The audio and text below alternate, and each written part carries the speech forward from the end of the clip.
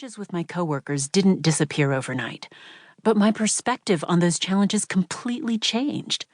My problems were not problems anymore. They turned into welcome challenges.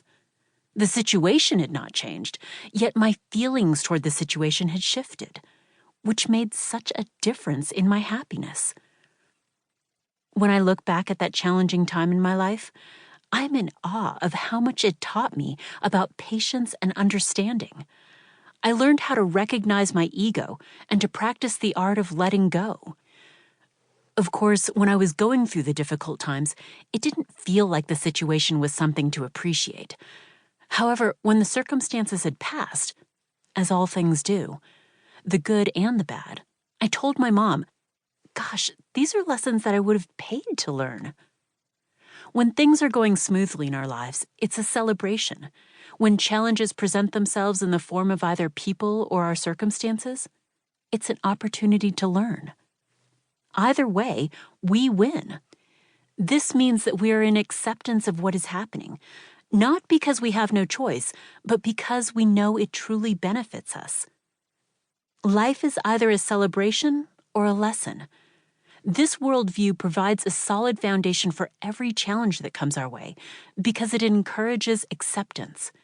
Acceptance is the foundation of our happiness. Much like how a structure with a solid foundation will stand strong through the worst storms. Without acceptance as our solid foundation, it will be very difficult for us to be happy or fulfilled no matter what we do or how hard we try to make things better on the surface. We will be too consumed by what is happening to us to focus our attention on resolving our problems and moving forward. Acceptance helps us face what is happening in our lives without wishing for reality to be different. It helps us acknowledge what we feel without wishing we were feeling something else.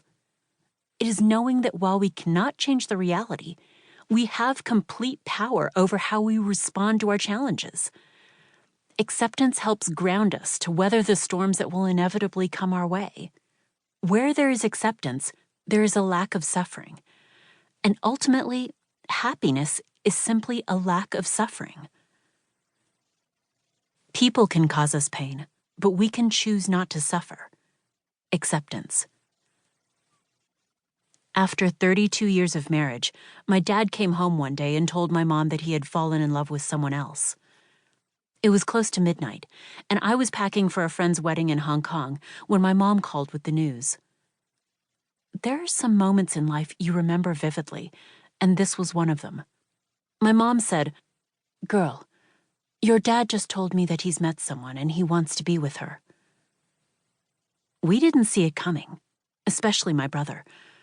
My parents had had a wonderful relationship when we were growing up, and we had always been a close-knit family. It wasn't a case of pretending that everything was smooth on the surface while things were falling apart. My parents were genuine partners in every aspect of life, raising us as a team, and even running a catering business and a bookshop together for more than 2 decades. Yet, when we thought about it, we could see that it wasn't out of the blue. After my dad had decided to sell his business and retire, he started to be discontented with life.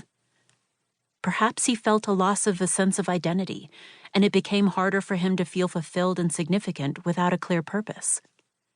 My mom had a career, and my brother and I were grown and didn't need him like we had when we were younger. It had been hard for my dad to be happy.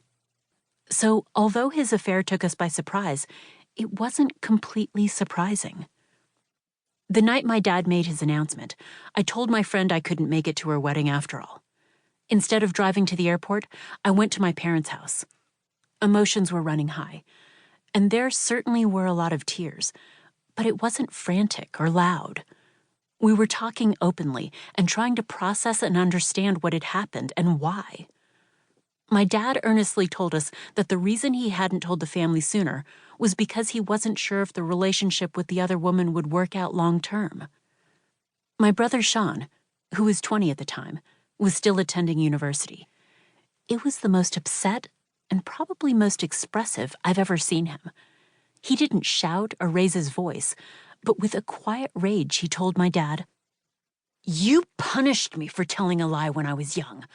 You made me promise not to lie ever again. And now..."